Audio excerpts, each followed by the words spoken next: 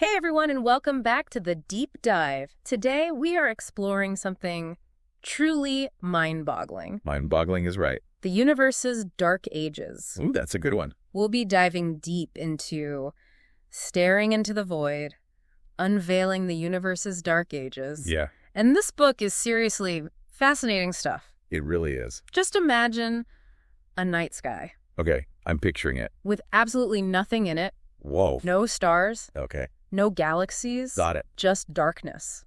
That's why That's the universe we're about to explore. it's a crazy concept to wrap your head around, right? I mean, we're so used to thinking about the universe as this just brilliant expanse of stars and galaxies. Right. But rewind the cosmic clock about 13.8 billion years to the Big Bang. Okay. And for a few hundred million years after that, Yeah. there was a period of, well, nothing. Nothing. At least nothing that we'd recognize today. Okay, so let's unpack this. Sure. We've got the Big Bang, this massive explosion of energy that kicks everything off. Right. Fast forward, and we have the universe we know and love with all those twinkling stars and swirling galaxies. Yeah. But what happened in between? Good question. What were these dark ages? It wasn't just about the absence of light, though, even though that's a big part of it. It's more accurate to say that everything we associate with the universe today was missing. Everything. No stars, Okay. no planets, Whoa. not even the complex atoms that make up you and me. Wow. Just vast clouds of hydrogen and helium and this mysterious stuff called dark matter. So it was like a cosmic blank slate. Pretty much, yeah. But if it was so empty, why is this period so important? Because it's the foundation for everything that followed. Think of it like this. You can't build a skyscraper without a strong foundation, right? Makes sense. Well, the Dark Ages were the foundation of the universe as we know it. Oh, wow. It's where the seeds of the first galaxies were sown. And without them? Without them, we wouldn't have stars, planets, or ultimately life. I'm starting to get a sense of the scale here, but it still seems kind of abstract. I get it. Can we dive into some of the specifics? Sure. What made the Dark Ages so strange and different? Picture this. The universe was practically invisible. Invisible. Photons.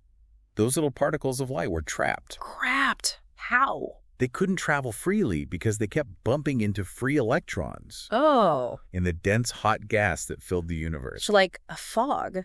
It's like being stuck in a thick fog where you can't see anything. Wow, I never thought about it that way. Yeah, it's pretty wild. So what finally broke through this cosmic fog? The first stars.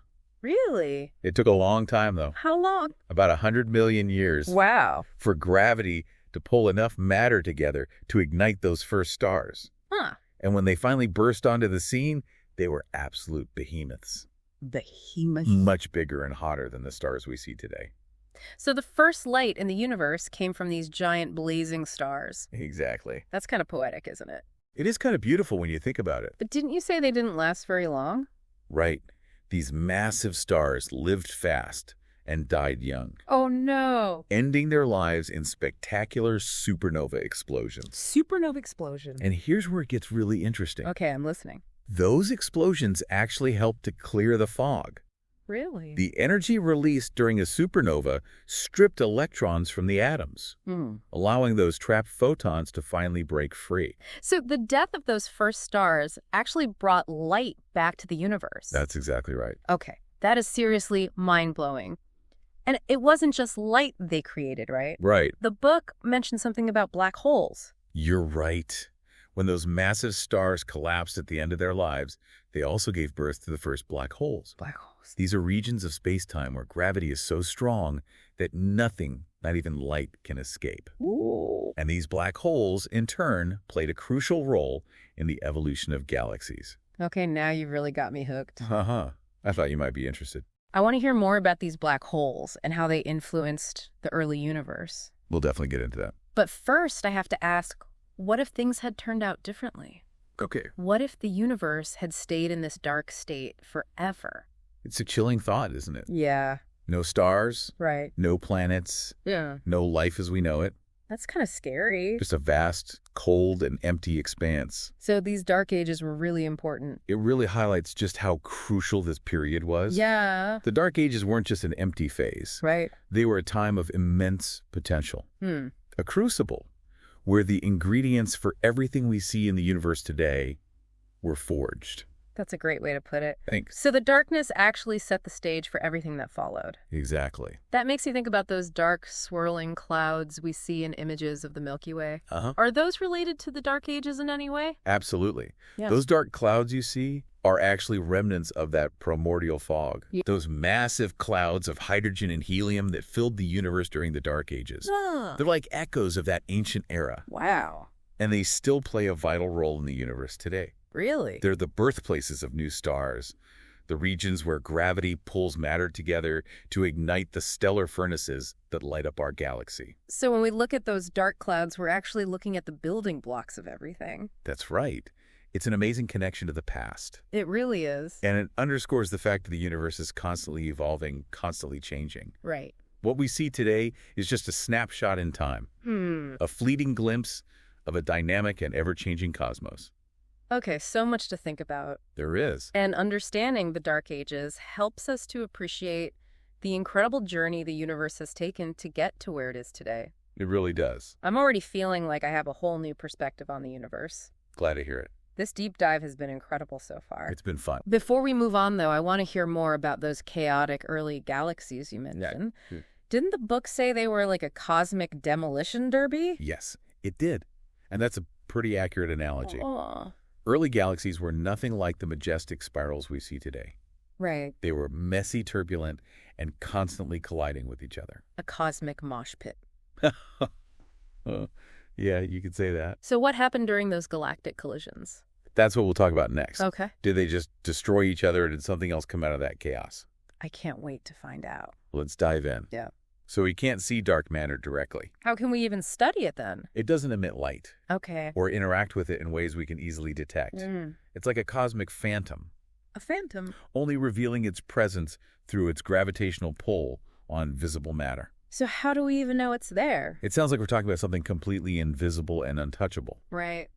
We can infer its existence by observing how galaxies move and rotate. The stars within galaxies are zipping around much faster than they should be, based on the amount of visible matter we see. Interesting. It's like watching a car race around a track at breakneck speed. Uh-huh. But you can only see the car, Oh, I see. not the driver or the engine propelling it forward. So something else is making it move. Something unseen must be providing that extra gravitational force. And that's dark matter. And that's where dark matter comes in. Okay, that makes sense. It's weird, but it's there. But how did this invisible force influence those chaotic galactic collisions we were talking about? Imagine those early galaxies as clumps of matter in a vast cosmic web of dark matter. Okay. This web acted as a scaffolding, Scaffold. pulling those clumps together and accelerating those collisions. Huh. Those smash-ups weren't just destructive, though. What else did they do? They triggered intense bursts of star formation, Whoa. spewing out hot gas and radiation that further shaped the evolving galaxies. So kind of like shaking up a snow globe. It's like shaking a snow globe. And then you see all the little snowflakes move around. Things get chaotic at first, but eventually beautiful patterns emerge. That's a great analogy. Oh, I like that one. So the violence of those early collisions actually contributed to the formation of the galaxies we see today. Exactly. Wow. And as those galaxies continued to collide and merge, they grew larger and more complex. Okay. Some of them likely formed the seeds of the supermassive black holes we find looking at the centers of most galaxies, Oh, wow. including our own Milky Way. So these massive collisions might have been the catalyst for those colossal black holes. This is a pretty mind-blowing concept. That's incredible. It makes you wonder, what else don't we know about these early galaxies? Yeah, there's still so much to discover. Like what? But we do have a few intriguing clues. What kind of clues? Remember that baby picture of the universe we talked about? The cosmic microwave background radiation? Oh, right. That faint afterglow of the Big Bang. Yeah, that one. Does it tell us anything about how those first galaxies might have formed? It does. Okay, tell me. By studying the tiny temperature fluctuations in this radiation, cosmologists can infer the distribution of matter in the early universe Wow. and how it was already starting to clump together under the influence of gravity and dark matter. So like looking at a fingerprint. It's like looking at a fingerprint And you can tell something about the person who left it behind. and being able to tell something about the person who left it behind. So we can actually see the seeds of those first galaxies being sown in this ancient light. It's pretty amazing, isn't it? That's amazing. Like a time machine. But I'm also thinking about that quote we mentioned earlier. Somewhere, something incredible is waiting to be known. Yeah, that's a good one. What are some of the big unknowns that scientists are still trying to crack when it comes to the Dark Ages? Well, one of the biggest mysteries is the nature of dark matter itself. We still don't know what it is. We know it exists because of its gravitational effects, Right. but we still don't know what it's made of. Huh. Scientists are conducting experiments all over the world, Really? deep underground and even in space, Wow. trying to directly detect these elusive dark matter particles. So we're on the case. We're working on it. It's like a cosmic detective story, right? Exactly. Trying to track down this invisible culprit that's shaping the entire universe. I like the way you think. But what about the first stars? Good question. Are there any unanswered questions about those blazing giants? Plenty. Like what? We'd love to know more about their properties, Okay. their lifespans, and how their explosive deaths enriched the early universe with heavier elements. I see. These elements forged in the hearts of those first stars eventually became the building blocks of planets and ultimately life itself. So we owe our very existence to those short-lived massive stars that illuminated the early universe. That's right.